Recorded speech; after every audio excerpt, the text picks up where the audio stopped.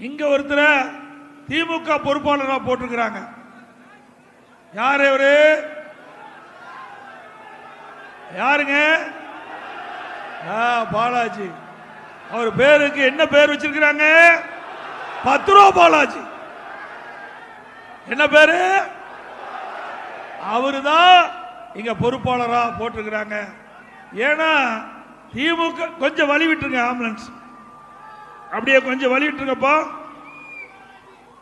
இன்றைய தினம் ஊழல் செய்து ஊழலுக்காக சிறைக்கு போன்றவர் தான் இங்க தேர்தல் பொறுப்பாளர்.